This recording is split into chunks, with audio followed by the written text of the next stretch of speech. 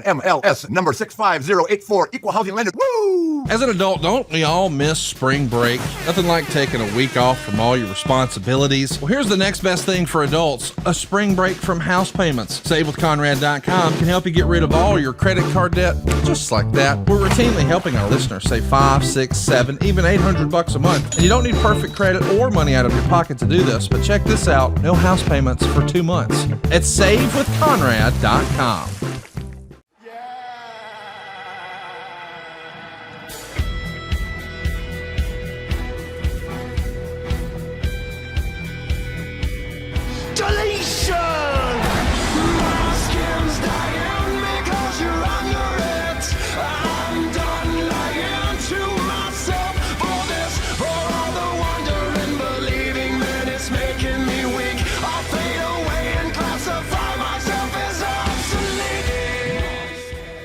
Words are about to be spoken here on the Extreme Life of Matt Hardy, presented to you exclusively by the Ad Free Shows Network and Podcast Heat. I, of course, am John Alba, joined as I am by the broken one, woken one, spoken one himself, Mr. Matt Hardy. What's going on, brother? How you doing? Doing good, man. I'm hanging in the lovely land of Virginia right now. Ooh, Virginia. What you got going on there? I got a little Comic-Con going on, GalaxyCon Richmond. Big weekend of signing and taking photos. I stay and I work the line all day until I delete the line. And I know you're committed too. I've seen you at these conventions. Matt Hardy consistently has one of the longest lines out there, period. It's not even close, quite frankly. How exhausting does that get for your hand, man?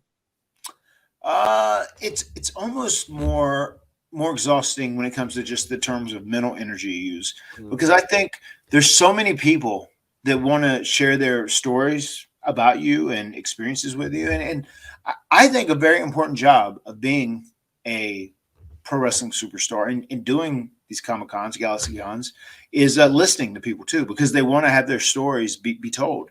You know, I had two grown-ass men that came and they cried today in the thing, which was wild. You know, people that had just grew up watching me, and there's something that myself or the Hardy Boyz did that inspired them, and they've held it very close to their heart. And just being able to share those moments with me, sometimes it becomes really emotional for people. So I think it's very important to be a good listener and listen to their stories, and then just have a good interaction with them. Because I know me as a wrestling fan, if I met, you know, my favorite guy at the time, and he was cool and nice and friendly, it's like, Jesus, I'd be a fan for life. So I feel like I've got a lot of equity from my interactions with fans over the years.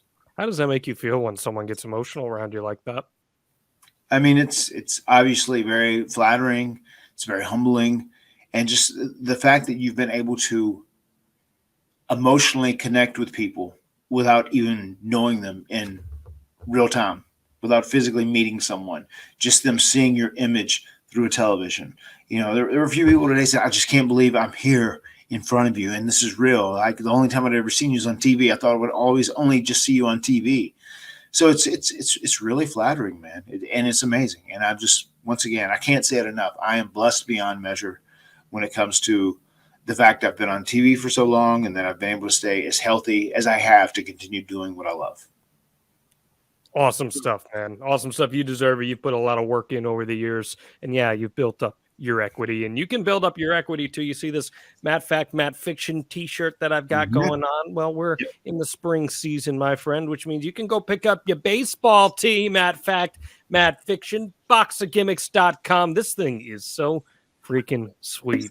I just got mine delivered to me. I'm going to be rocking it real soon here on the show, because this thing is what you want to put on your back in the spring season, especially if you're playing softball. You know, Matt Hardy had his days back in the infield, hoping he was going to play for the Braves at some point.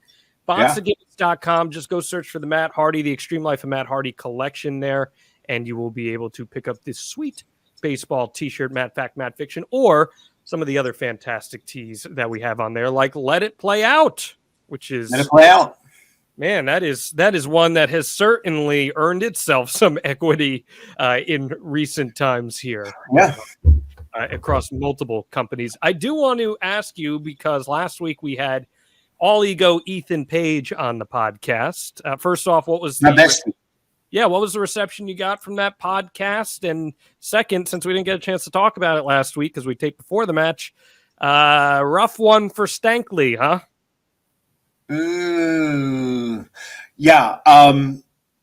Sometimes you just got to let it play out. You know, I got in that match with Hook, and I didn't want to disappoint them. I didn't want to become injured and, you know, not be able to wrestle and earn the firm money. So, I mean, I had to tap out quick. I couldn't risk an injury. There's so many injuries going around currently in wrestling as it is.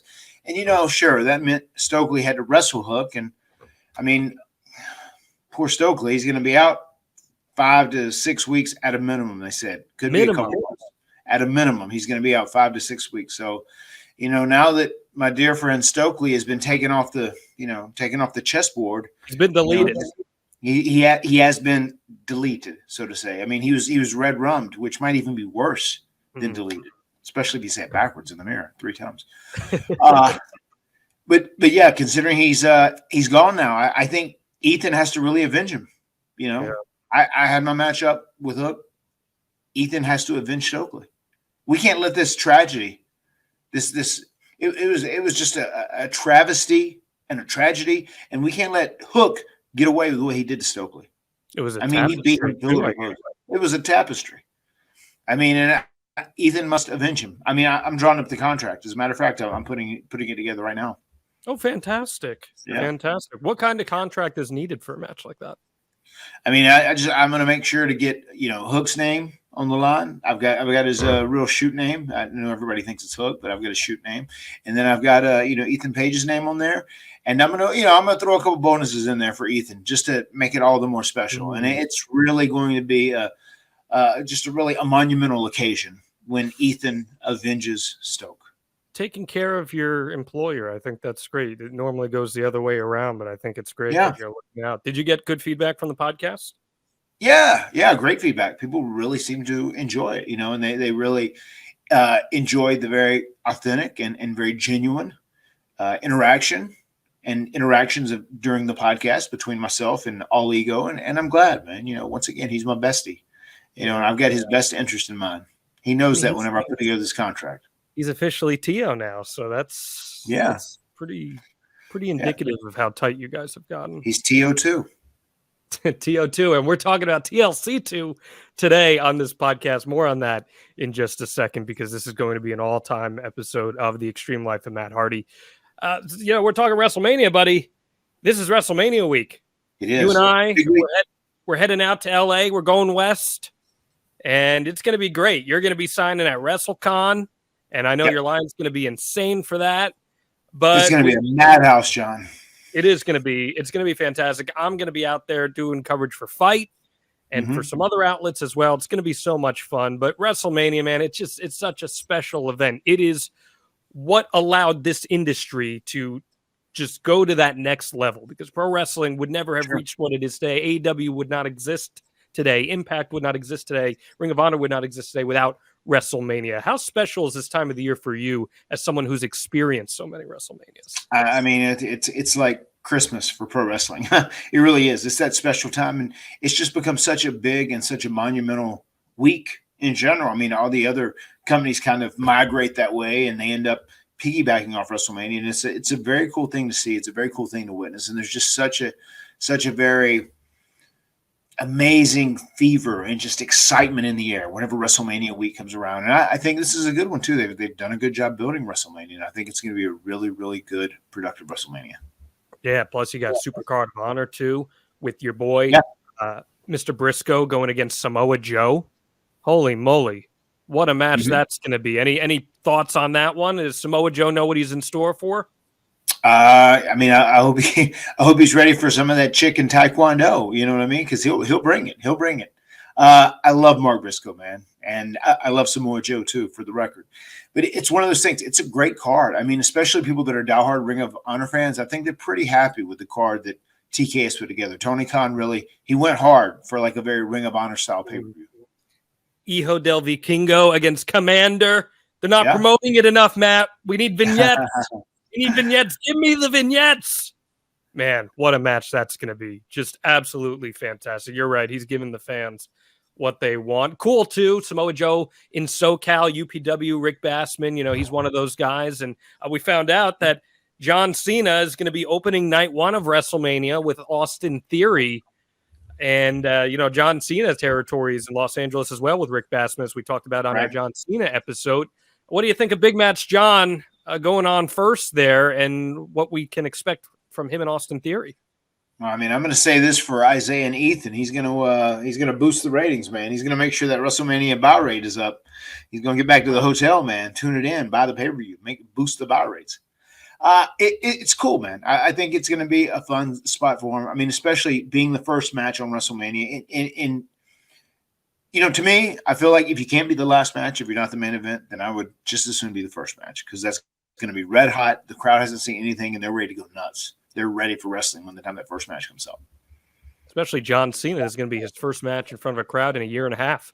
So having him out there against a guy like Austin Theory, who, man, talk about the butterflies and the nerves. Holy moly, being in there to open WrestleMania against John Cena, the guy that you're compared to all the time.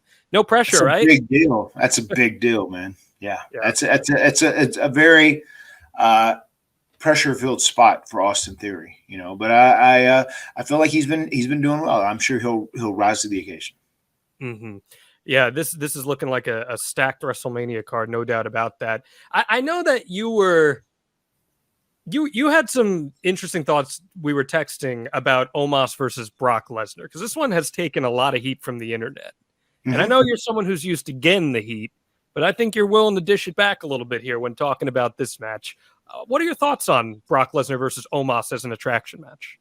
I'm okay. I'm okay with it. I think it's going to be something the casual fans they'll bite on, and I think Brock being Brock, and I know Omos is a very good athlete. I don't know him well, don't know him personally, but I think Brock is going to make the most out of this. I think he's going to take these supposed lemons that the internet is claiming this match is, and he's going to turn it into some nice, tasty lemonade.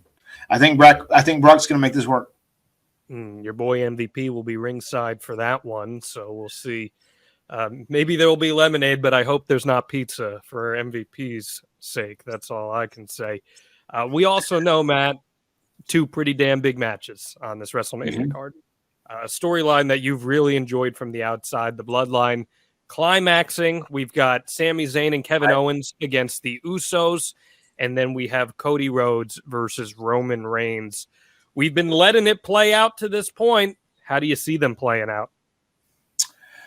I think, considering it is a bit of a new era in WWE, I think we're going to do what's best for business. And I think the finish of these matches we are going to get the baby faces finally getting the proper blow off and finally obtaining those victories they've been looking for. I think we have Cody coming back after his magnificent series against Seth Rollins and being out with that injury. I think Cody is the guy that dethrones Roman Reigns. And I think you have Sami Zayn and Kevin Owens. I love the fact that they hugged. I was big on that. I thought that was the time to do it. And now they are back totally on the same page. And I think them being able to dethrone the Usos as the unified tag team champs, I think that's going to be a big deal too. And I think the babyfaces are going to stand tall at the end of the night in both the unified world title match and the unified tag title match. And then there's a great story to tell about the downfall of the Bloodline too, that can follow up all of these events happening. I'm with you, man. I share your opinions there. I think this is a pivotal moment. I think if they don't do both of those things, it is a significant missed opportunity that should certainly be rectified at some point, should it not. But I feel pretty confident in it. What do you think about the unified title situation? I feel like it would be better to get those split and just back to brands, especially if you're going to go with like separate branding and you really want to try to like stick to that and not have people go show to show. I feel like you just need a set of champions on both shows. It's a little much, having someone have both world titles, having someone have both tag team titles. I get why they did it, and it was an interesting push to put behind the Bloodline and make them seem like the greatest thing since sliced bread. So I do get why they did it, but I think if you really want to keep the brand split legit, I think you need to separate those titles and have separate titles, world titles and tag team titles on each brand. Yeah, I'd be down to do away with the 2 world titles as is and have them as one each and have them travel through both shows and defend across both shows. Mm-hmm. And if you were going to do that, if you were going to let the world champion go on both shows and do that, then I'm totally fine with the one title too. I just think there's a good way to give people something to do with that, because if you have one world champion, say Cody's your world champion, he's defending on Raw, well, we should be crowning the number 1 contender over on SmackDown for when Cody's done with that person on Raw. And then you do the inverse of that. You know, you give people stakes and something to compete for, which stakes are a huge part of pro wrestling, in my opinion, at least. Yeah. And I mean, how do you guys feel? Because this is not really an era we've really ventured too much into, but you and Jeff specifically, you know, you guys had a Raw Tag Team Championship run. You had a SmackDown Tag Team Championship run. Do the performers put any emphasis on, well, this is like half a tag title because it's only specific to one brand? Do people care about that as performers at all? I don't think so. I mean, I think at the end of the day, when you win a title, it's almost the same, and it's almost equal to seeing your favorite actor go win a Grammy or win a Golden Globe Award or whatever. You know, you're being presented because you did an amazing job in whatever, you had an outstanding performance. I feel that's kind of like what wrestling titles are. And I feel like it's an honor to do those. Do people think less of the titles than, you know, because they are 2 different sets of titles? I don't think so. I think people are just pretty honored and flattered and feel like their hard work is being rewarded if you become a champion. Sure. Well, you guys know a thing or two about tag team championships. And in this week's episode, we're going to talk about a match in which you vied for those tag team championships, WrestleMania X-Seven, WrestleMania 17, TLC II. Matt, I would argue that this might be outside of the final deletion, the most important match of your career in terms of what it did for elevating the Hardy Boyz. And we'll take a look at it in long form here today. I feel like this is kind of the culmination of a journey we've taken here together on the Extreme Life of Matt Hardy, from the tag team ladder match to TLC 2. Do you look back at it as a cohesive journey in that regard? Yeah. I mean, it was pretty cohesive. It was a little bit of a different time in WWE, especially because, like, when we went back and looked at some of the other matches, you have like these random matches where we're going into a big match with Edge and Christian the Dudleys or whatever, and we just lost to some like ragtag thrown together tag team recently, you know, which the one positive thing I can say about that is I guess it made the booking unpredictable. I don't know if that's necessarily a great thing, but it did. You didn't know. There are sometimes now where I'll see an act go to the ring and they're in a big match and you know they're going to lose because they never actually win. So I think that is something that is beneficial when you have outcomes of matches that people did not expect. I do think there is some benefits to that because it keeps some things unpredictable. I think you should probably choose very wisely on who defeats who and whatnot, but I do think that is needed. I think sometimes you need like an underdog to be in the ring that's a very good, solid worker, go against a bigger star, and then they secure a win somehow. And I think it helps everybody. And it makes you want to tune in the next time this person wrestles because you go, oh, well, these guys might actually win. They've won in the past. He beat this top star A or this top star B, whatever it may be. So it was a pretty cohesive journey, I would say, especially when you look at all the big chunks and pieces. There was just a lot of craziness in the middle of that. And we've talked about that as we've like looked back and kind of revisited our past to like, you know, WrestleMania 2000 or SummerSlam 2000, you know, and now TLC 2. You know, there's a lot of little weird chunks that happened during TVs, just where Vince woke up on the wrong side of the bed or something and just decided to get a hair up his ass. Well, I encourage everyone, if you haven't checked out our archives, they are extensive, extremehardy.com or wherever you get your podcasts, and go relive the journey from the tag team ladder match at No Mercy 99 into the tag team tables match at Royal Rumble 2000, into the WrestleMania 2000 episode we did with CLP, into SummerSlam 2000 with the first TLC match, to where we are right now, which is TLC 2. So, Matt, as we embark on our TLC 2 journey. Please hit us with that Matt fact. Matt fact, Matt always refuels after his low fuel warning comes on. Going with a long one today, huh? A little wordy. What happened here to lead you to do that? I just do it. It's so this is why I'm getting into this.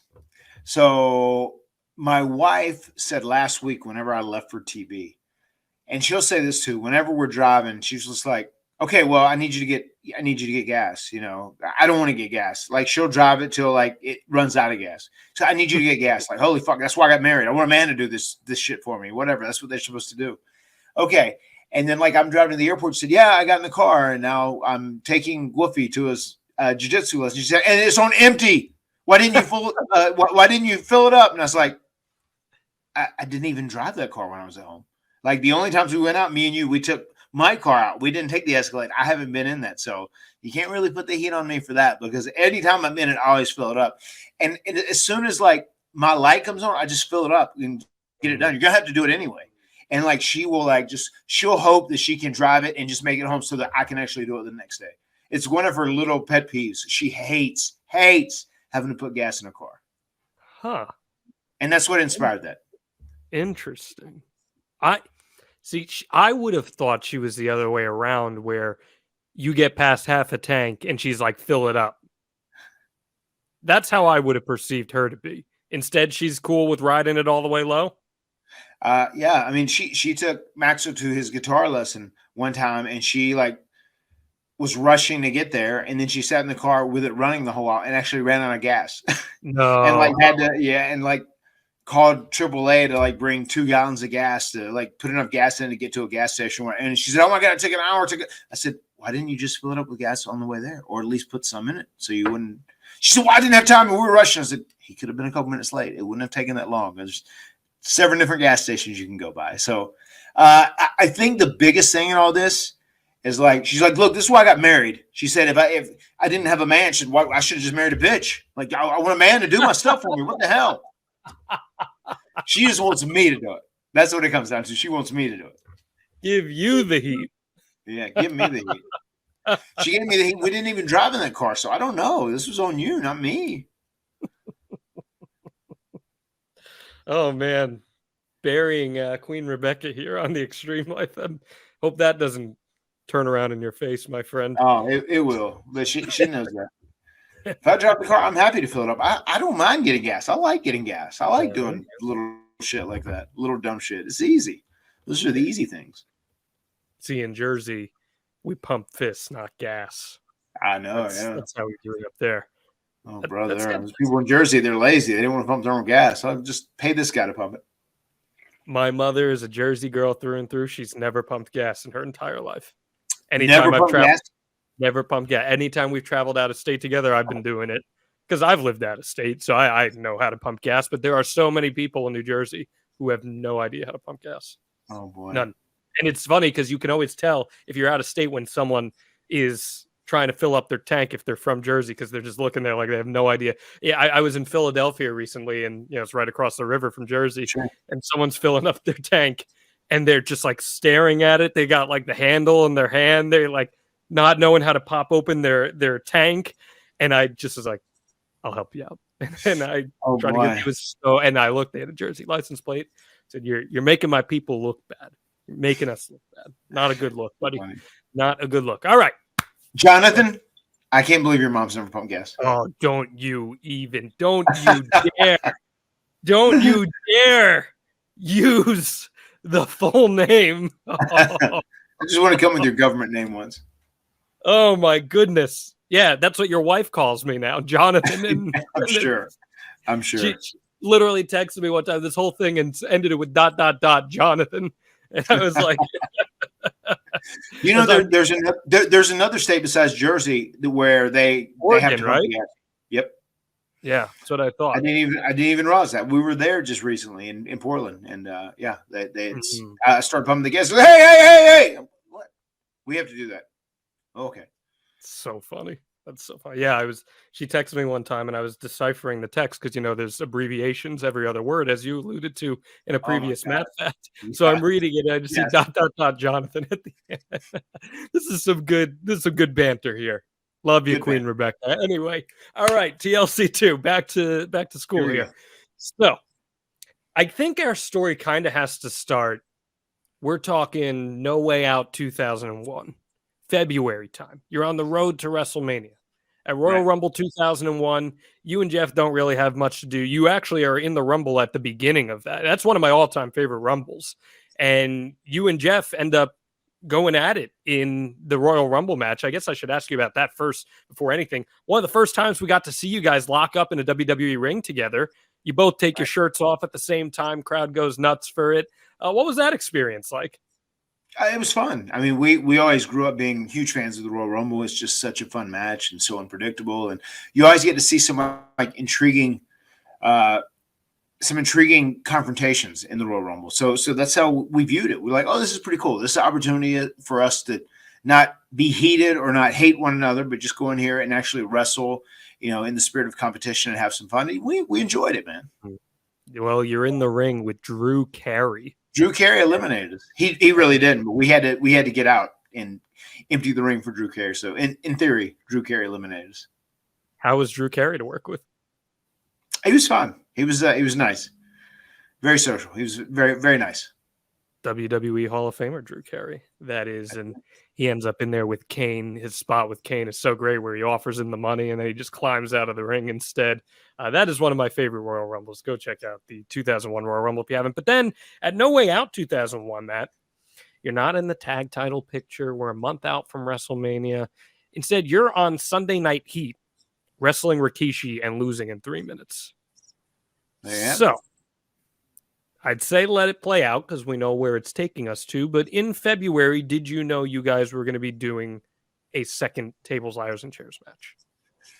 Yeah, that had been shortly after SummerSlam in the first TLC. It was such a smashing success. That was always on the table. They were going to do another TLC, a rematch at WrestleMania the following year. So we knew that. I guess they filled in the blank in very strange ways, like that 3-minute match with Rikishi or whatever. Who's the person that makes that pitch that we're going to do another TLC match after the first one? I think that was Vince, all the higher ups. I mean, people knew that after the success behind the tag team ladder match and the success behind the tag team tables match with the Dudleys, once we had that triple threat ladder match at WrestleMania, and that was like a big deal, and it made a huge impact, and we were all like pretty big stars. We were all pretty hot. Like, we sold the most merchandise of any tag team in history in 2000, which is something I would guess we still hold now, because that's when numbers were like at record levels as far as merchandise goes. But then we did the first SummerSlam in 2000 in Raleigh, the one that we should have won. But Vince thought it was too obvious that everybody in the building knew. And that match there was a lot of equity in our three teams at that time. And they knew that match was such a hit. SummerSlam did well. It got a phenomenal and exceptional reaction to our match. And they knew shortly thereafter, like, we think we should go one more. Maybe get one more big one out of you guys at WrestleMania next year, and we can actually call it the TLC and do the TLC gimmick. We'll just try and freshen up a little bit. And I think the way they freshened it up was by kind of putting a third, with each team. We had Lita, obviously, and then there was Spike Dudley, and then also Rhino came out for Edge and Christian. We've kind of talked about this on previous episodes, but I feel like TLC 1 specifically might have changed Vince's perception as to what these matches can be. They went from let's throw these out there as attractions to, hey, we could sell pay-per-views solely on the premise of having a TLC match on it. And we see that with how TLC 2 is positioned on this massive, massive card. I would argue to date, WrestleMania X-Seven to that point is probably the biggest card in WWE history, given all the factors put together for it. Did you notice a change in the attitude from the powers that be towards how these matches were approached? Yeah. I mean, they kind of left us to our own devices. They kind of left us to really kind of decide and think about what we're going to do. They put Michael Hayes there, and he was our supervisor, kind of like the father to all the 6 TLC forefathers. So he was the TLC grandfather, I guess. But I feel like they just realized that we had kind of caught lightning in a bottle with these matches, especially when we did the triple threat ladder match. And then we went on and did the first TLC. They're like, hold up, we have something very special here. It's just like the right teams at the right time in the right kind of gimmick match. And like, let's do this again at WrestleMania. It might be the last one we do, but like, I think it's a good selling point for WrestleMania where people will actually buy the pay-per-view to see this match. Was there any hesitation from any of the 6 of you that you guys would be shoehorned as the stuntmen on the roster? No, not at all. I mean, we just looked at it.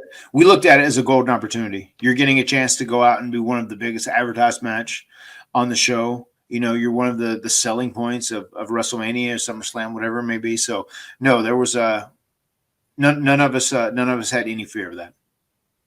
Okay. All right. It's something that, again, people associate with you when they think of the Hardy Boyz. Ethan Page talked about it last week when he was talking about his Latina wife being like, I don't know wrestling, but I know the Hardy Boyz are those ladder guys. Yeah. So there is an association made, regardless of whether you're shoehorned or not. People identify you guys each with your respective gimmicks. Right. The Dudleys are the table guys. Edge and Christian, they got them over as the chair guys leading up to TLC 1, the chairman, if you will. Yes. So I just think it's fascinating to try to get into that psyche of that. But we know we're on the road to WrestleMania. You guys know that you're going to be getting this tables, ladders, and chairs match. You felt confident that come hell or high water, no matter how you got there, you guys were going to get this match? Yeah, we did feel good about it. I do know there was something that I would like to throw in because we were doing so much wild stuff at that time. And like Steve Austin, who's the best.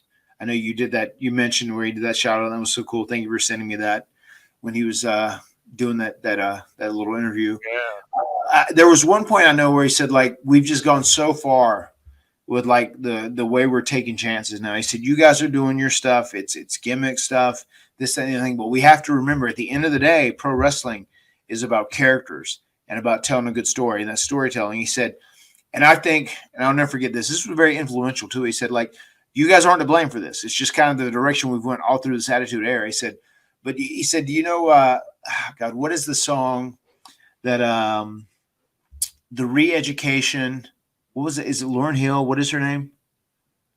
Beats me. Killing Me Softly. Okay. I go. Yeah. Okay. I know what you're talking about.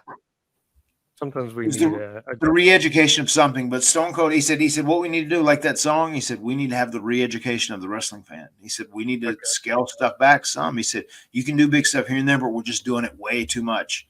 And like, especially Matt Hardy now at 48 years old, 100% agrees with him that it always has. And I think there's always a point where you can try and back up a step or two and like try and re-educate the wrestling fans. And remember, like, we need to make them care about these characters and these stories, because like once you go so far and you raise the bar so high, there comes a point it becomes hard to supersede that, but if you have great characters and great stories, then there's always different directions you can go in. A great example of that, I'll say this, is like the whole Roman Reigns, Sami Zayn thing. Look at the character investment in those two things, and their match, they didn't do anything crazy. They worked hard and they busted their ass, but they also worked very smart. And the crowd was going nuts the whole while because they were so compelled by the characters in the story. Well, and on top of that, and I'm curious if anyone actually put this in your brain as well, you guys are working some pretty intense house show matches as 2-on-2-on-2 tag matches, essentially, throughout not just this specific period, but from the entirety of 1999 to 2001. You're doing tables matches on house shows sometimes. Right. If you guys get hurt on the build to WrestleMania, whether it's you or the Dudleys or Edge and Christian or one person from one of those teams gets hurt, there goes the payday for all 6 of you. Yeah. TLC 2 is off the table. Were you guys conscious of that and trying to maintain your health on the way there? I think we were all a lot more a lot more crazy, a lot more daredevilish back in those days. I think we tried to be smart. We tried to take calculated risk, but probably looking back in hindsight, there's probably some things that we did were like, oh, that we were lucky that someone didn't get hurt in this scenario or that scenario or whatever it may be, but like we were all pretty gung ho at that time. Amazingly, everyone is able to stay pretty healthy, all things considered, going into this. And we'll get into the build directly to it. But while all of this is being geared up as we're headed towards WrestleMania X-Seven, the landscape of pro wrestling is changing dramatically, like very quickly. We see two companies shut down in about a week's time span. First, we'll start with WCW. We covered it a little bit on our Shane Helms episode, but I'd like to pick your brain a little more. A few weeks before WrestleMania, we're building towards the big Vince McMahon versus Shane McMahon street fight, and Shane McMahon is revealed as the new principal owner of WCW on television in Nitro's final broadcast. One of the most shocking moments in wrestling history, truth be told, in how the presentation was put forth. What do you remember about that night and how the locker room may or may not have felt about these WCW guys coming in just ahead of WrestleMania specifically? There wasn't a good vibe in the dressing room. Everybody knew that this was a bad day in pro wrestling. Whenever a competitor goes out of business and it is purchased by the people you work for, then you get one step closer to a monopoly.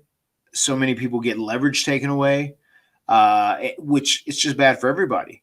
And I feel like, too, we knew by not having WCW there, it's like another place that you could go and you could make a living, and you weren't just WWE or nothing at that time. We knew it was going to be bad for business. And we knew on top of that, too, if they're the only show in town, WWE, if they don't want to work harder to be better, or they're trying to like beat the competition or just prove themselves as the superior show, so they kind of let their guards down, like, oh, we can kind of give people this, whatever, and it'll be fine. We knew it was a bad day in wrestling. And you could tell that vibe ran very strongly throughout the locker room. What was the locker room like the night of that broadcast specifically, and seeing how Nitro unfolded? Were you guys aware of what was going on Nitro that night? I was. Between you and me and all the other podcast listeners, I guess, Michael Hayes had smartened us up a few days before that this was going to be going down, because he was in on it. He knew that WCW was happening, and we had bought WCW, and it was going to be like a merger at the end of the day. So we just, right from that point, we're like, ugh, this is going to be bad news when it's all said and done, because once again, how guys work with downside guarantees, and you could make so much more than your downside guarantee was, especially if you busted your ass and you worked really hard and you got over. There was so much money to be made at the time, and we knew it was going to affect the amount of money guys could make. It would affect the creative voice you could have as far as speaking out. Like, once again, everybody had to get a little more in line now, because we're almost back to like being one big company to work for, which is not good for any business. The show itself, with Shane being revealed as the owner of WCW, what was the reaction from the boys to that? It got a pop. It was done very creatively, and I think guys popped for that. It was cool. It was neat. It was exciting, and I think once again it just left a lot of questions up in the air. Like, what is going to happen? Or is WCW? Are we going to have a Nitro show that is going to be somewhere else? Is that still going to happen? Or do guys just come here? Is WCW gone? Is it dead? Do we get to have WCW versus WWE? Does this happen now? Nobody really knew. There were a lot of questions.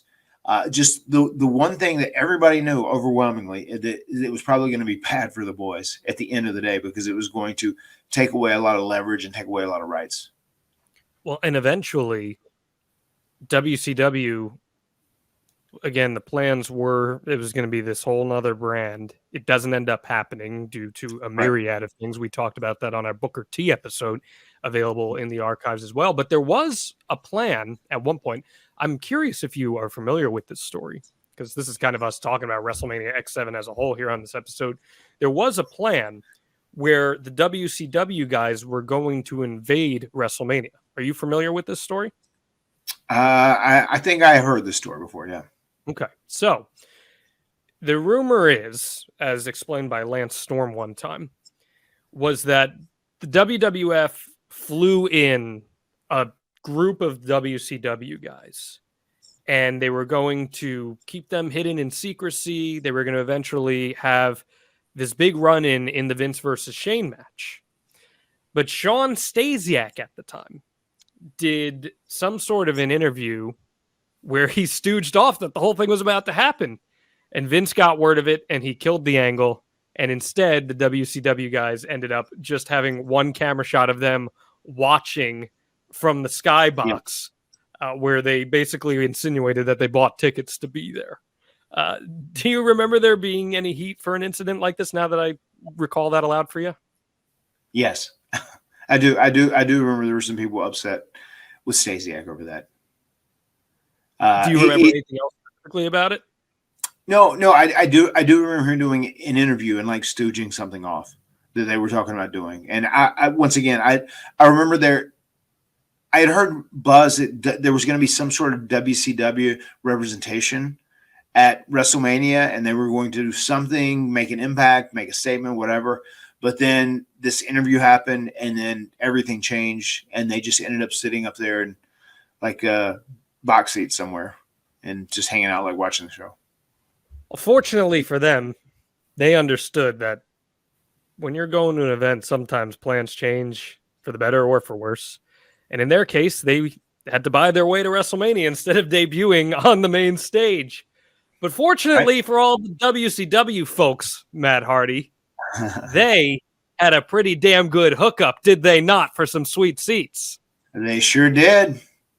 They got hooked up just like you got hooked up for the boss. Oh, boy, howdy did I, because I used our newest pals over at Game Time, and this is a straight shoot, guys. I am speaking from the heart here and being so totally real with you guys. So Game Time was like, listen, John, we are using this promo code Hardy. You're going to get $20 off your first purchase with us. And I'm like, $20 off your first purchase? I don't know about you, but that goes a long way for me when it comes to ticket buying. And they specialize in last-minute ticket sales. So I just happened to see one day that Bruce Springsteen was playing in Philadelphia, a short stone's throw away from me. And I took the drive down Matt Hardy to my brother-in-law's and sister's place, which is about 15 minutes outside of Philly. Mm-hmm. And I said, I'm just going to hang out here for the day with you, play with the dog, maybe eat some dinner with you. And I'm going to keep my Game Time app open just in case I see some tickets fall and hit the price level that I want to buy at. Mm-hmm. And I was about to give up. The show was set to start 7:30. It was like 6 o'clock, 6:05. And I'm like, let me refresh my app one more time. I refreshed it and found a fantastic seat that I plugged in that promo code Hardy, got my discount, and I was on my way in a matter of minutes to the Wells Fargo Center to see the boss for the third time this tour, Bruce Springsteen. I'm seeing him 10 times on this tour, Matt Hardy. And with Game Time, maybe there'll be more times for me to see him as well. I mean, come on, man. There's nothing better than live events, whether it's a concert, WrestleMania, wrestling tickets. What beats that, man? Nothing, man. And speaking of Game Time, I downloaded the app last week, man. I was looking over it. It's amazing. It's great. And I can't recommend enough. If you get the opportunity, download this Game Time app and take a look at it. And they really do have some amazing, amazing deals. And it's the best part about it, because we love transparency here on the Extreme Life of Matt Hardy. We're big on transparency. Big on transparency. They've got the all-in pricing. AEW goes all out. Matt Hardy goes all in, because when he's scrolling through Game Time, he sees all of the fees at once. No more BS of seeing a ticket price that you're like, yeah, that looks great. And then you click it and there's like $70 of taxes and fees. Game Time has the all-in feature that you click it and it shows you the all-inclusive price. So you're not getting your hopes up for anything. Your hopes will not be deleted because you are using the all-in feature on the Game Time app. $20 off when you use the promo code Hardy. All you got to do is download the Game Time app. I know Queen Rebecca's birthday is coming up this summer. You've got one coming up in September. The kids' birthdays are coming up throughout the year. What kind of events might you use your Game Time discount on, Matt? We might go to Paw Patrol Live. They're big into that still. Some of the younger kids for sure. We might take Maxwell to a concert. He has this big aspiration of going to a concert soon. There's a lot of cool things. Yeah. Okay. Who does he like? It's weird. It's very different bands. Not like one band. There's just like songs. He will listen to like certain songs on YouTube. You know, like I really like this song. Who sings this, Dada? And then he'll ask me to look it over. And sometimes Wolfie will go like, hey, who sings that? And he says, can you help me, Maxwell? And he says, why? Do you just want me because I can read and you can't? Don't get arrogant with them. But they do. They like listening to specific music every so often on YouTube. Well, the beauty is you don't got to be able to read with Game Time. You can actually see your seat on the app. You can see the exact seat that you're buying. This is so fantastic here. I can't endorse them enough, and it's genuine from the bottom of my heart here. Snag the tickets without the stress with Game Time. Download the Game Time app, create an account, use code Hardy for $20 off your first purchase. Terms apply. Again, create an account and redeem code Hardy for $20 off. Download Game Time today. Last minute tickets, lowest price, guaranteed. And I guarantee you that we got a lot more good stuff coming up here on our TLC 2 episode because, Matt Hardy, a week before the last Nitro, there's a couple big debuts on WWE television as concerned to you guys. We see on the March 19th episode, Rhino debut. And then we also see Spike Dudley debut. And if my mind serves me correction, if my memory serves me correctly, that was actually in Albany, New York. It was, in fact, in Albany, New York. Why do you remember Albany for that? I remember how Spike Dudley was tore all to shit. He was just so nervous and like, I don't know what I'm doing here. They just like called me. I don't know. Oh, this is just so strange. He was just so nervous. And we're like, dude, chill. It's going to be cool. Like, breathe. It's all good. It's all good. He was just so nervous. It was adorable, actually. It was very, very cute. Spike Dudley's actually someone that has never come up on this show. Tell us a little bit about Spike Dudley. What kind of person is he? He was just like so hyper emotional and just so nervous whenever he showed up. And we're like, dude, I mean, you know Bubba and Devon well, and you've worked with them, whatever. I mean, this is kind of like the same shit. It's just like a bigger level. He was just like so overwhelmed. It was WWE, and they actually wanted him to do something that it was going to be. I said, no, dude, it's like, cool. Just do your thing, man. Like, we love you. Like, I know your stuff. I think it's great. He was so nervous. It was crazy. But he was a great guy. I always enjoyed being around Spike. I enjoyed times that I'd worked with him. He was a very smart guy, very well-spoken. He liked to read a lot. An educator, if I'm not mistaken, right? Yeah. And he would offer these crazy bumps, very reminiscent of something like my brother would do. These crazy bumps where there were a lot of times people say, it sounds too dangerous. We probably shouldn't do it. You know, he wanted Taker to choke slam him over the ropes to the floor. And he's like, I think that's a little much, whatever, you know, but he was always very selfless and willing to give up his body and his bumps for the sake of the greater good. So he was very special when it came to doing that. My gut says Bubba and Devon were okay with him taking the big bumps. You know, Bubba was. I'm sure they were both happy. Oh, that's good. If it slows down their bump card filling up, I'm sure they were both just tickled pink. That's good. I like that. And then Rhino, one of the I'm venturing a guess here, but you can confirm or deny this. One of the more intense individuals you've ever been in a ring with? Yeah, Rhino's a very unique cat, man. He's got a very funny personality. I like him a lot. I'll never forget there was one weekend where something happened with my rental car. They were out or something, and I ended up jumping in with Rhino and Little Guido, and we traveled together for a loop of house shows, right? And I'll never forget, like, what's that? What a car. Yeah, what a car. Matt Hardy, Rhino, and Little Guido. So I just remember every time we would stop with Rhino, we go and he starts eating. He says, I don't know, part of this food, it wasn't cooked and this was cold. Like, I think this should just be free. And then, like, we get to the hotel and he's like, hey, if we get you some tickets, can you, like, comp us for the rooms, or can you, like, give us a discount, whatever? We go to the gym. Hey, we're WWE wrestlers. You want to take some pictures, sign some autographs? People really like Matt Hardy over here. He'll take pictures with you too, but can we work out for free today? He tried to get every single thing for free that we did over and over. And like a couple of days in, I was like, Rhino, this is almost embarrassing. This is overkill.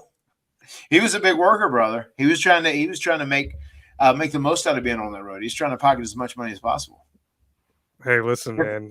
It's one of my funniest memories of Rhino. He'd say, I don't know if I can get you those tickets, but you go download that Game Time app and use that promo code Hardy. I know you're getting $20 off. Just saying. Just saying. So can we get a rate in this room? Well, the reason they're able to come over to the World Wrestling Federation is because ECW goes out of business and files for bankruptcy. ECW not doing the same business that WCW was, but still probably the third biggest brand in the company. I mean, in the country, rather. What do you guys think of ECW in particular going under? And once again, ECW certainly wasn't at the level that WCW was, but still, once again, it took away another big space for people to go and, work and wrestle and earn money. And that was a negative. That's how we viewed that. Anytime someplace went out of business, we viewed that as a negative. So that leads us to WrestleMania X-Seven. The Dudley Boys win the tag team championship on that March 19th episode, and we are set up for one more triple threat tables, ladders, and chairs match between the Hardys, the Dudleys, and Edge and Christian on this loaded WrestleMania X-Seven card that is going to be headlined by The Rock and Stone Cold Steve Austin for the second time. What was the feeling in the company going into this show in general? Because, a year prior, you're running the Pond in Anaheim, right, and now WrestleMania is at a big-ass stadium for the first time in a long time. Right. And it feels like we're turning the corner on the previous financial woes that WWF had only 5-6 years prior, and now things are looking pretty damn good for you guys. It felt big. It felt big. You could feel it. You could feel that, like, the company was hot, and it was sad that you had WCW going out of business, you had ECW going out of business, but WWE at that time was still very, very hot. We're talking about the Astrodome here, and Dave would report this as a sellout of 67,925 people, which to that point is the second largest crowd in history of pro wrestling in the U.S. Paid attendance was 62,885. And the live gate, this is amazing here for this time, especially $3,530,905, which was the largest for pro wrestling anywhere outside of Japan and more than doubled the previous American record set at WrestleMania 5 at Trump Plaza, which was the Hogan versus Randy Savage match. Just gargantuan numbers here. What kind of payday are you three teams getting out of a gate like that? Paydays were specifically based on pay-per-view buy rates, not the gate. You didn't necessarily You're not getting anything from that gate? What we are getting paid on, the formula that I was always told is that it comes from the pay-per-view buzz, not the actual gate. That's wasn't figured in. But we were a pretty heavily advertised match for this deal, and we had upped our numbers. So we expected a pretty good payday for this one, as it was. And I'm pretty sure Bubba wanted to go in and get more after we got paid anyway. But even if you do go in and you get them to bonus you and pay you a little more, they'll end up getting it back out when it's all said and done. Tell me about that. You said Bubba would go in and try to get some more money. Was that a frequent thing that would happen? Yeah, I mean, there would be times in these matches, that we've talked about where if we would get our payday and we would all talk like, is this fair? Is this what we were earned considering how our match was advertised and this, that, and the other thing? And I know we went out at the first SummerSlam and Bubba talked about it and we sat down, we talked with JR and we did get bonused somewhat. So I think they expected a bigger payday now because we're obviously more of an attraction. We're doing this match again because they know this match sells. So we went out and we did this match. We all got our payday. We were very happy with our paydays. And, I think Bubba just liked to push it too. I think he likes to push people's buttons. You see some of the stuff he posts, on Twitter, things he says on Busted Open. He's a heel through and through.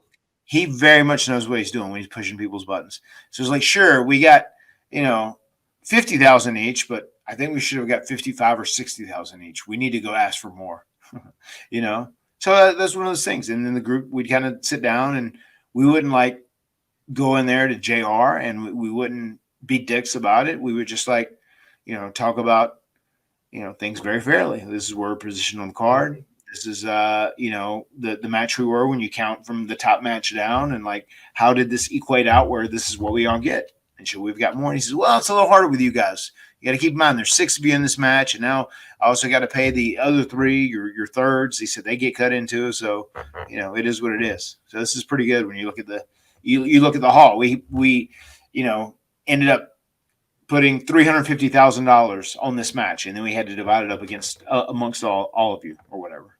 So we ended up, Go ahead. Sorry. Go ahead. No, go ahead. What were you going to say?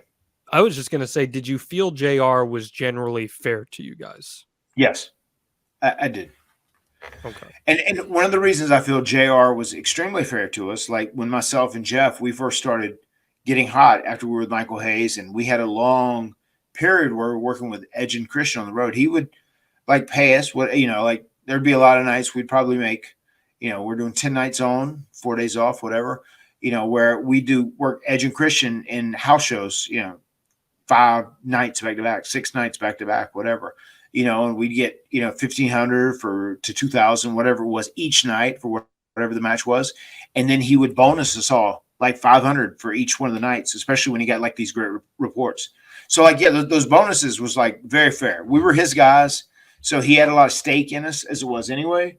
But there was a point where for several months we were going out and we were rocking the house. We were magic whenever we were working with Adam and Jay, and he would bonus us all $500 extra on top of the 2,000 we were already making or whatever. Which that showed how much he respected us, and also how it really motivated us to work harder because he felt like we were busting our ass and working hard to get over and be a big deal, and that kept my motivation coming, being bonused like that. He's told stories on his podcast before that I'm doing this not verbatim. I'm paraphrasing here a little bit, but I think there was a story one time with Sean Waltman, I believe it was, who got his check from JR and was like, it's feeling light a digit here, something like that. And JR would then go back to the books and see if he could give him that extra digit or maybe an extra 0 on the end of that check if the funds allowed for it. So I'm sure there had to have been a bunch of guys who would try to work him for something like that.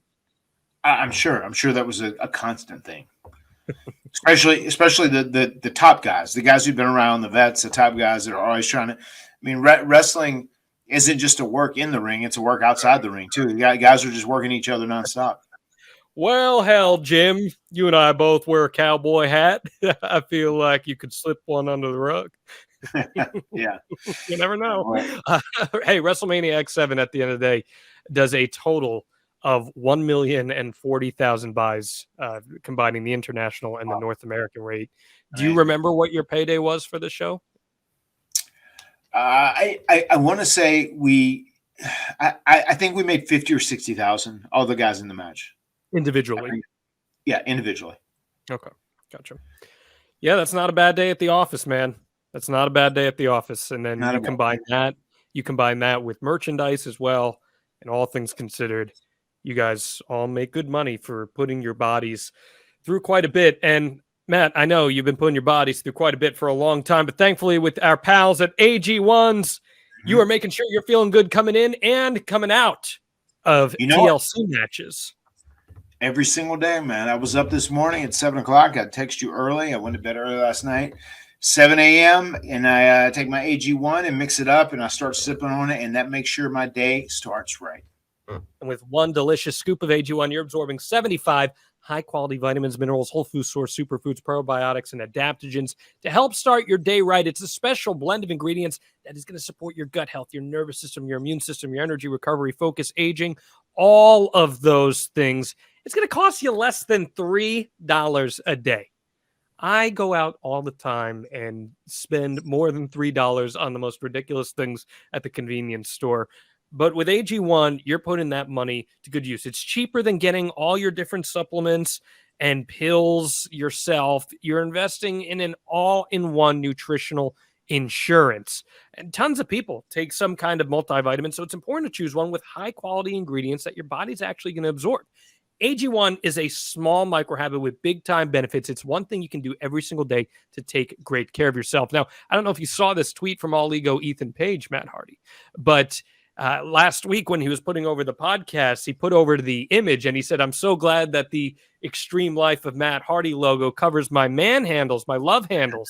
And I said to him, well, thankfully with Athletic Greens, we've got you covered, because you go to athleticgreens.com/Hardy. You're going to get a free 1-year supply of vitamin D. And how many free travel packs, my friend? 5 free travel packs. With your first purchase. No, all you got to do is visit athleticgreens.com/Hardy. Again, that's athleticgreens.com/Hardy to take ownership over your health and pick up the ultimate daily nutritional insurance.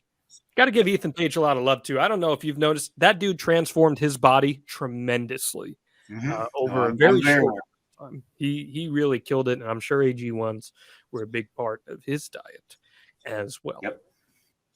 So we were at WrestleMania in Houston. Huge card. Again. It was a hell of an event. WrestleMania 17 in general was a hell of an event. Very much so. We're talking Austin Rock. We're talking Shane versus Vince. We got the gimmick battle royal where your boy Michael Freebird Hayes is taking bumps again. Do you remember that at all? And any Bad Street energy, yeah. Bad Street in the whole USA. Oh yeah. I think they had to follow you guys, if I'm not mistaken. That's off the top of my head. But it's a good spot for them. Do you remember anything about Michael going back to the ring to wrestle one more time here? I do remember he was nervous. He's like, I don't want to do this shit. But he kind of got pushed into it. You know, when the Emperor Vince McMahon wants you to do it, you usually do it. The Iron Sheik defeats the Field there by eliminating. I do remember that. Yeah, what might that have sounded like with Iron Sheik celebrating backstage potentially? I eliminated all the jabronis, Bubba. Do you know the story behind that? Why he was picked as the winner? No, I don't. Oh, because he couldn't get thrown out. He couldn't take the bump over the top. I do remember hearing that. Yeah, I do remember hearing that. Yeah. He couldn't take the bump over the top, so he just won the match instead. And all-time great Bobby Heenan line, whose commentary for this match is so great. It's the last time he's ever on WWF commentary. He goes, by the time the Iron Sheik gets to the ring, it will be WrestleMania 38. And last year, WrestleMania 38 happened, and the Iron Sheik finally reached the ring. Super fun show, man. But you guys are placed right in the middle of things. Take us through that day. You're going out there. Are you doing rehearsals at all for this match? We came in the night before to the Astrodome, and we sat down and kind of talked about things, and we started putting together kind of the blueprint of the match, I think. And we kind of like figured out the spots we wanted to do. We knew what kind of time allotment we were going to have. We kind of had a pretty good idea of how we wanted to pace the match, you know, considering now that we knew the exact time that we were going to be allotted, that we could build a little bit and then get into this and this and this and then get into our big bombs at the end. And that's kind of where we left off at the end of that night. The next day, after we got to the building, bright and early, they're doing our deal. We all went and sat away in another room, and we sat down. We put all the spots in order, and we tried to put psychology behind it. We tried to pick out the best time to run our thirds in, and then one of the things that I've talked about briefly, but the spot where myself and Bubba got pushed off a ladder and went through 4 tables, and also the spot where Edge speared Jeff off the ring that was holding the titles. There was a pretty heated argument about which one of those spots were going to go last. And we were all pretty, we were sticking to our guns. Adam really felt like that would be the last spot because it would be the most spectacular. And me and Bubba, right? The spear, yes. Right. And then myself and Bubba, we thought there was just going to be so much destruction and carnage coming out of those 4 tables. It's going to be hard for anything to follow that up. And I feel like we kind of did a vote, and maybe just because there was 2 of us where it was me versus Bubba, and then there was kind of Adam on the other side. We were all pretty adamant that we thought our spot should go last specifically. But Jeff was just I don't know, man, whatever's cool. Those 4 tables going last is going to be awesome, man. It's going to be cool. I mean, my spear is going to be awesome, but whatever you guys think, I'm here to go with the flow. He's just laid back being Jeff Hardy. So we ended up getting the popular vote at the end of the day, and Bubba and I, we did our spot last. Talking more about this, because we really need to talk about construction of this match. We've talked about the evolution of these ladder matches, these table matches. The first one, the tag team ladder match, it's just a bunch of spots we're trying to grab everyone's attention. Now, where are we in terms of using these spots to construct a story? Yeah, I mean, I think we got much better understanding ways to introduce stuff in a smaller capacity and just a building process. I feel like our building process greatly improved over the course of the year and a half that we're doing all this stuff. And, whatever it is, we bring a chair in and you seem like you're going to do a big chair shot, but that's not quite what happens. And the chair ends up down and someone jumps off of it, Jeff or Christian or whoever. There's a table tease that comes in, or, we set these tables up that we're going to use later on in the match. And we're doing it because we had these guys that are down and the Dudleys are wanting to put them through the tables, but then we go away from that, but now this structure is there and it was done in a timely manner. We don't want any of the ladders in the ring that you're going to climb up and jump off of if they're not under the title and you're not trying to win the title. We learned so much as time went on. There's just creative ways you can do different things. You just have to be very smart and almost a little sly in how you have to do it, because there's such a fine line when it comes to suspension of disbelief, especially in these matches, because you have these insane inanimate objects that you're using. And you want the Hardys to do stuff off ladders. You want the Dudleys to put people through tables.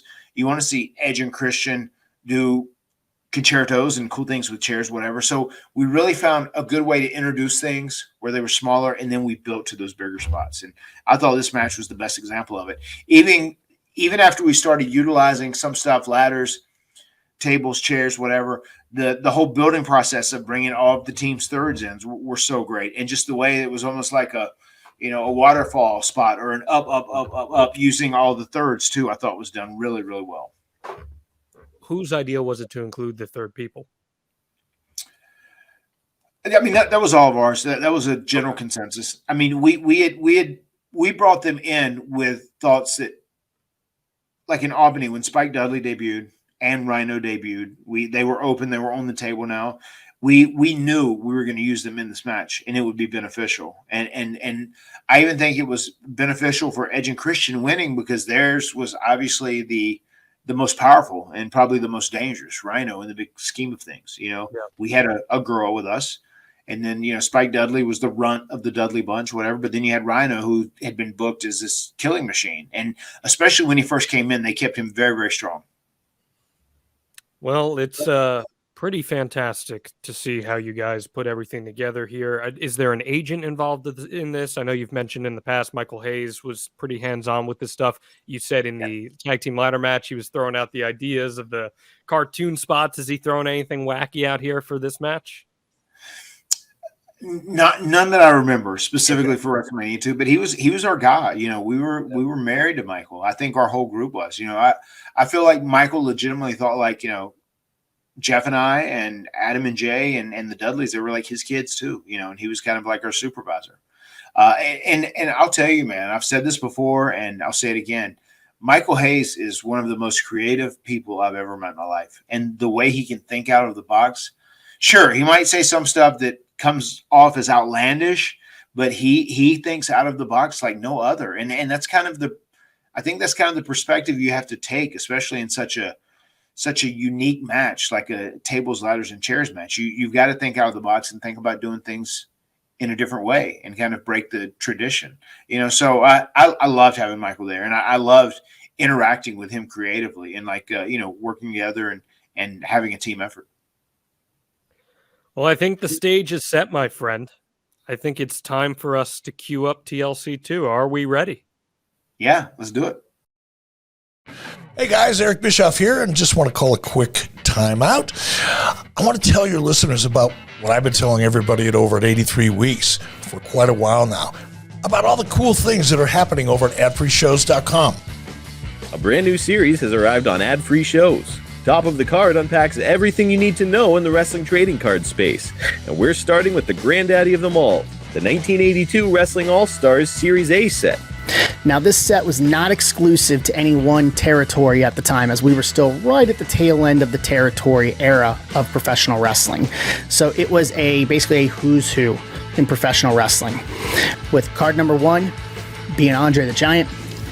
Others included in the set include Hulk Hogan, Ric Flair, Dusty Rhodes, Ted DiBiase, and others. 20 years ago, Eric took on Stone Cold in the main event on Raw, but the real main event was the confrontation that happened backstage before the show. Now, the next week, I'm sitting in this chair, and that same guy, I don't think I had said a word to him that day. I don't think I had seen Rick up until the point he came through that door. And he's, you know, just telling me to get up, get out of the chair. And he's so pissed off, he's bleeding.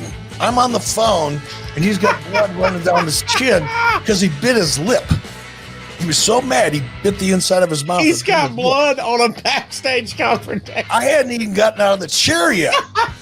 Ad Free Shows members got to sit shotgun alongside Kevin Nash and Click This co-host Sean Oliver as they watch back some of the worst matches in history.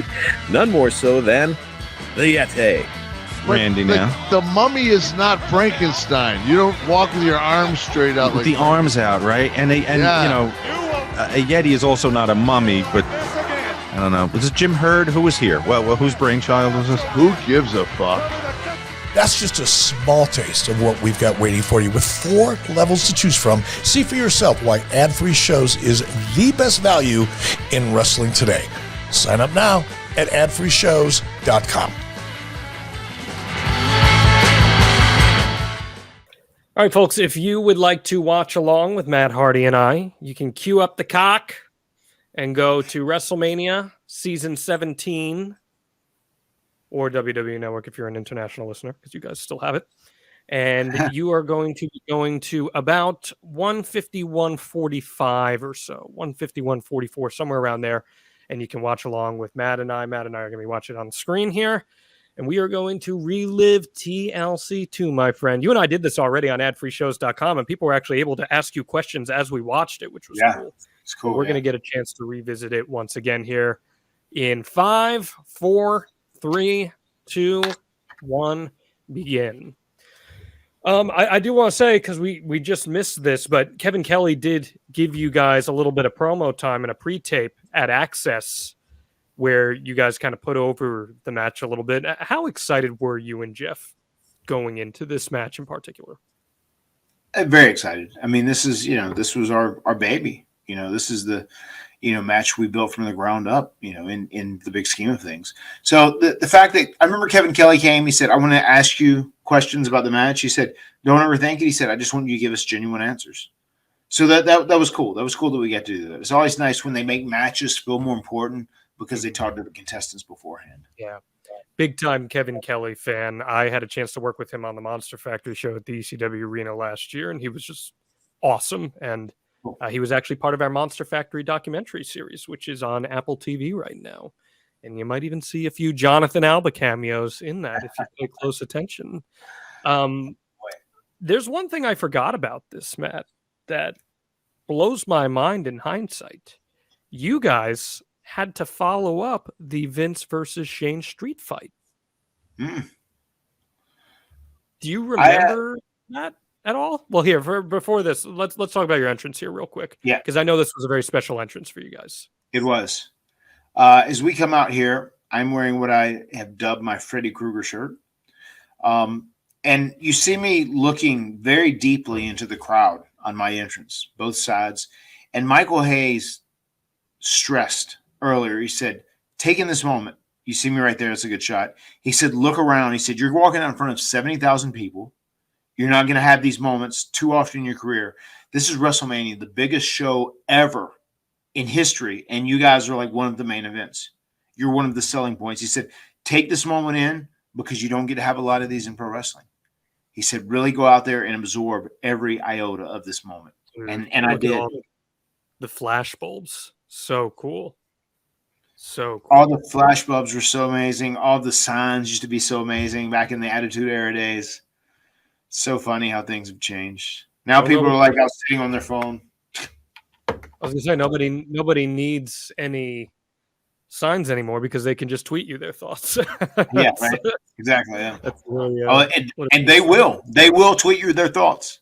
Oh, yes, they will. But yeah, so you're following Shane versus Vince here, which is a WrestleMania classic. I mean, say what you want about it, but Linda stepping up out of her chair there after being comatose is one of the loudest reactions in WrestleMania history.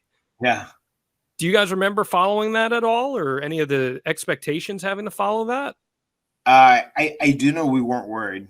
We were pretty confident in what we were going to go out here and do. So there's a lot of times you follow a match and you're like, shit, God, I hate to have to follow that, or whatever it may be. I am sure, because we were on about mid-show, right? Mm-hmm. I am sure Stone Cold and Rock said, yeah, get us away from all that TLC craziness. Like, let people see that earlier in the show, and then let's let that die down a little bit so people aren't raising their expectations too high. I was actually very surprised you guys did not open this show up. I thought that so Chris Jericho versus William Regal was the opening match on this card. Right. I thought for sure TLC was going to open up this show. And you would have TLC as the opener, Shane and Vince as the mid-show main event, and then Austin versus Rock as the main event. And honestly, I think in today's era, that's probably how the show would have been structured. But possibly, I can see a point for arguing that. I get that. You start the crowd super hot with a match like this.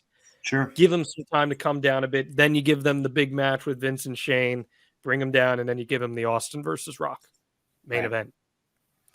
So we're taking in the moments here, man. This is it. 70,000 people, TLC II. How does the sound of the crowd hit your ears in a match like this, in a setup like this? In this specific arena here in the Astrodome, it was very like you could see people. They're very animated, moving, but it just sounds a lot more quiet. The noise goes up, and a lot of it escapes. It's like people are being vocal, but you couldn't hear it all. So that was one of the weird things that I very vividly remember from this night. Now you and the Dudleys. Yeah, and here we go. We jumped right in there, and I think we're probably working on making a point to establish that the heels in this match are Edge and Christian, just to make sure there's no ifs, ands, or buts about it. And here you see myself and Jeff. We're just doing a couple of things to warm the crowd up in the building process. You see, they come in like when the babyfaces are fighting, and they take the ladder to whacker us down, establishing that they're the heels.